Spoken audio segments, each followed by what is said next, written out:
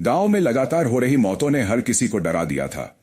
विभा की जलती हुई झोपड़ी से उठती उसकी अंतिम चीखों के बाद भी उसकी आवाज साधु साधु साधु गांव के चारों ओर गूंजती रही। लोगों को यकीन था कि विभा का श्राप अब सच हो चुका है। गांव की तबाही और आखिरी हत्याएं रघुनाथ के घर के बाहर सुबह जब लोग इकट्ठा हुए तो गांव का एक और आदमी मृत मिला। उसकी आंखें सफेद पड़ चुकी थीं, जैसे किसी ने उसकी आत्मा चूस ली हो। उसकी पीठ पर वही जला हुआ निशान था जो बच्चों पर देखा गया था, लेकिन इस बार एक और अजीब चीज थी। उसके सीने पर खून से लिखा था साधु। गांव में हर कोई कांप रहा था। अगले कुछ दिनों में एक एक कर 5 और लोगों की लाशें मिली। सभी की हालत वही थी, आंखें सफेद, पीठ पर जले हुए निशान और सीने पर खून से लिखा हुआ साधु। अब तक गांव के आधे से ज्यादा लोग या तो मर चुके थे या डर के मारे गांव छोड़कर भाग चुके थे। बस कुछ ही लोग बचे थे और उनमें से भी कोई नहीं चाहता था कि वह अगला शिकार बने। गांव की आखिरी पंचायत बुलाई गई। रघुनाथ ने फैसला सुनाया, अब इस गांव में कोई नहीं रहेगा, हम इसे हमेशा के लिए छोड़ देंगे।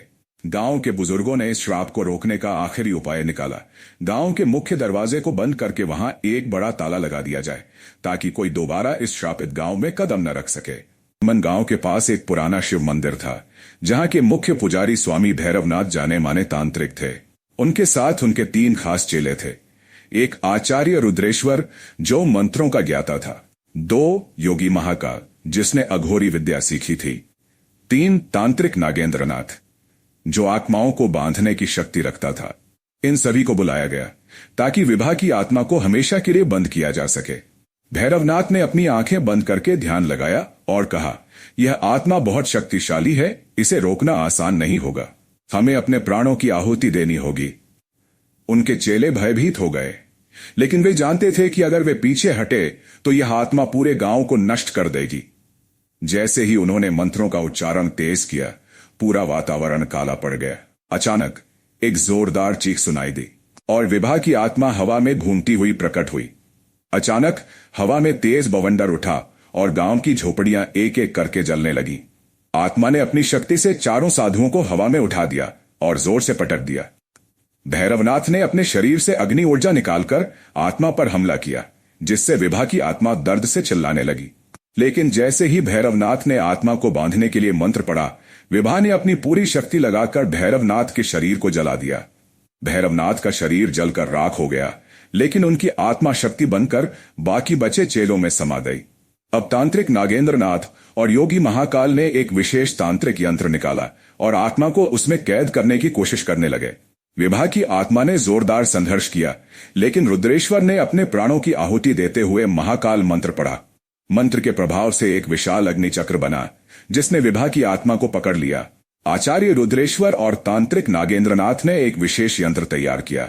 उन्होंने मंत्रों का जाप किया और विभा की आत्मा को एक तांत्रिक मटके में कैद कर दिया।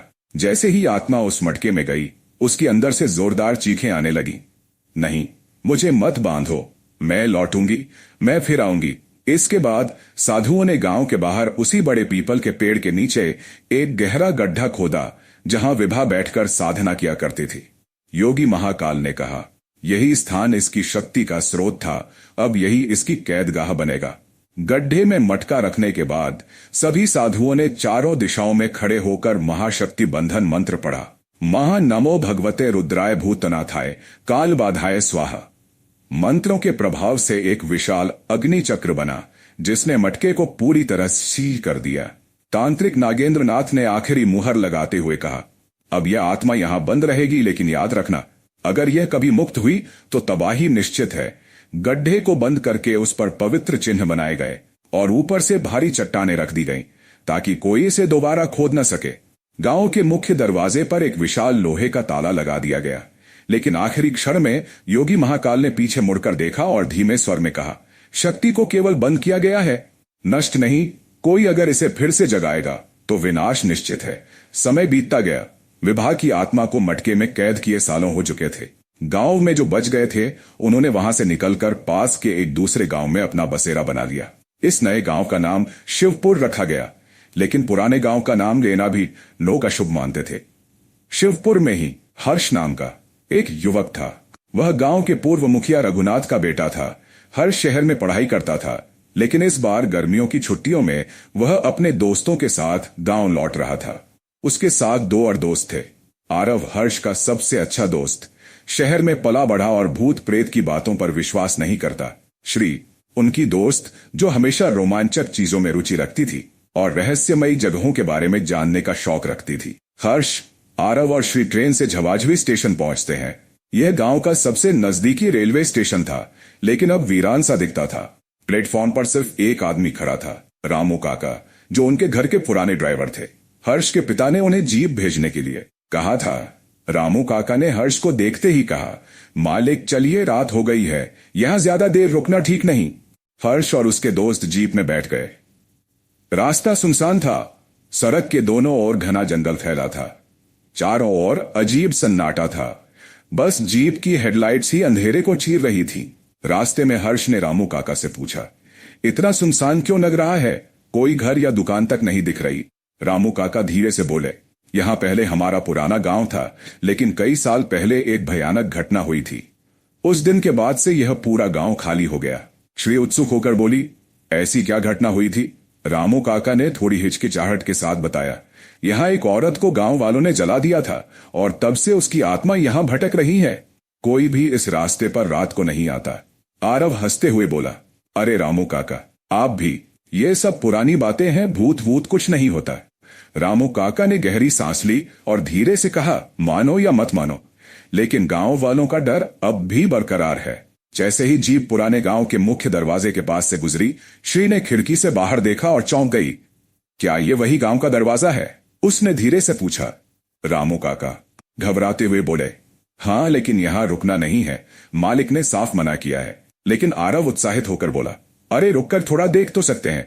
रामू काका घबरा गए और तुरंत स्पीड बढ़ा दी। नहीं, यहां कोई नहीं रुकता, आगे बढ़ो। जीप तेजी से उस डरावने रास्ते को पार करके शिवपुर गांव में दाखिल हो गई। गांव में पहुंचने पर जब वे हर्ष के घर पहुंचे तो उसकी मां सुमित्रा देवी बाहर आईं। उन्होंने तुरंत हर्ष को गले लगाया और बोली, कैसा लगा बेटा, इतने सालों बाद गांव आकर? हर्ष मुस्कुराया, मां, यहां तो सब वैसा ही लग रहा है, बस लोग थोड़े डरे हुए लग रहे हैं। सुमित्रा देवी की आंखों में चिंता झलक रही थी, लेकिन उन्होंने कुछ नहीं कहा।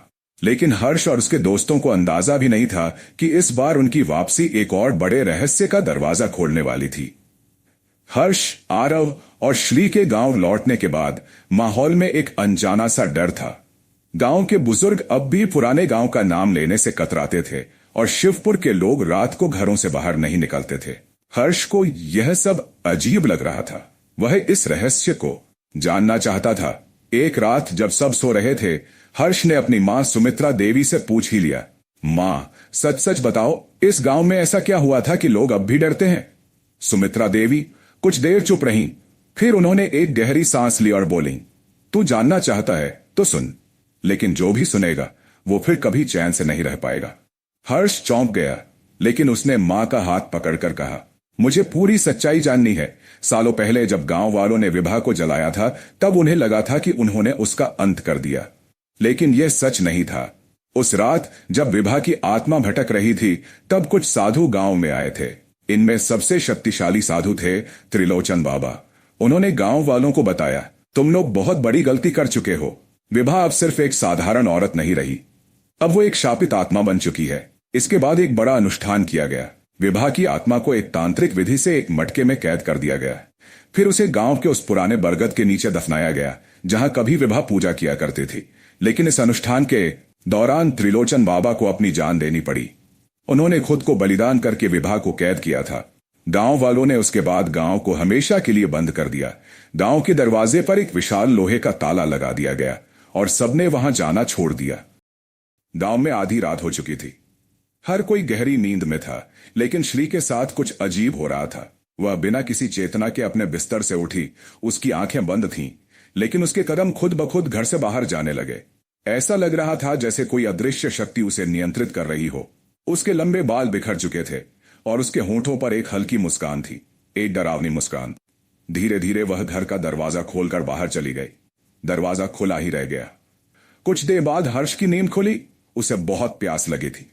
जब वह पानी पीने के लिए नीचे आया तो देखा कि मुख्य दरवाजा खुला हुआ था। अजीब बात है, यह दरवाजा किसने खोला? हर्ष ने सोचा। लेकिन जब उसने बाहर झांका तो उसकी आत्मा कांप गई। श्री धीरे धीरे गांव के दरवाजे की ओर बढ़ रही थी। श्री, हर्ष चिल्लाया, लेकिन उसने कोई जवाब नहीं दिया। हर्ष तुरंत आरव के कमरे की ओर भागा और उसे जगाया। जल्दी उठ, श्री कहीं जा रही है। आरव चौंक गया। दोनों तुरंत दरवाजे से बाहर निकले और श्री के पीछे भागे। श्री गांव के उस बड़े बंद दरवाजे के सामने पहुंच चुकी थी। वह जोर जोर से हंस रही थी। हाँ हाँ हाँ, मुझे आजाद करो, मुझे आजाद करो। हर्ष और आरव की रूह कांप गई। श्री अपने होश में नहीं थी। वह धीरे धीरे जमीन से पड़ा, एक भारी पत्थर उठाने लगी। श्री, ये क्या कर रही हो? हर्ष ने चिल्लाकर पूछा, लेकिन श्री ने कोई जवाब नहीं दिया। उसने पूरी ताकत से वो पत्थर ताले पर दे मारा। धड़ाम, ताले की जोरदार आवाज गूंजी और वो एक ही झटके में टूट गया। हर्ष और आरव सन्न रह गए।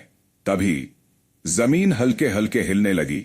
एक सर्द हवा पूरे गांव में फैल गई। तुमने मुझे जगा दिया, अब कोई नहीं बचेगा। तभी अचानक एक भयानक झोंका आया और श्री जमीन पर गिर पड़ी। गांव के पुराने दरवाजे के पीछे से अंधकार की लहर उठी, जैसे कोई भयानक शक्ति जाग चुकी हो। हर्ष और आरव डर के मारे पीछे हट गए। दरवाजे के उस पार से आती एक आवाज गूंजी, अब बचकर कहां जाओगे? खेल तो बस अब शुरू हुआ है।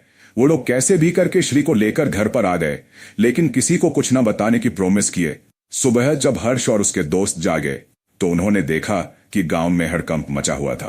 अनर्थ हो गया मालिक, अनर्थ हो गया। रामू का कांपते हुए चिल्ला रहे थे। हर्ष और आरव नीचे दौड़कर आए। क्या हुआ? रामू काका, गांव का ताला टूट गया। गांव के लोग सहमे हुए थे। सूर्यगढ़ का दरवाजा अब खुल चुका था और विभा की आत्मा आजाद हो चुकी थी। अब क्या होगा? क्या हर्ष, आरव और श्री इस भयानक रहस्य से बच पाएंगे? क्या विभा की आत्मा सच में लौट आई है? जानने के लिए जुड़े रहें। अगर आपको ये कहानी पसंद आई तो वीडियो को लाइक करें, कमेंट में अपनी राय दें और हमारे चैनल फैक्ट एंड मिस्टीरियस को सब्सक्राइब करना न भूलें।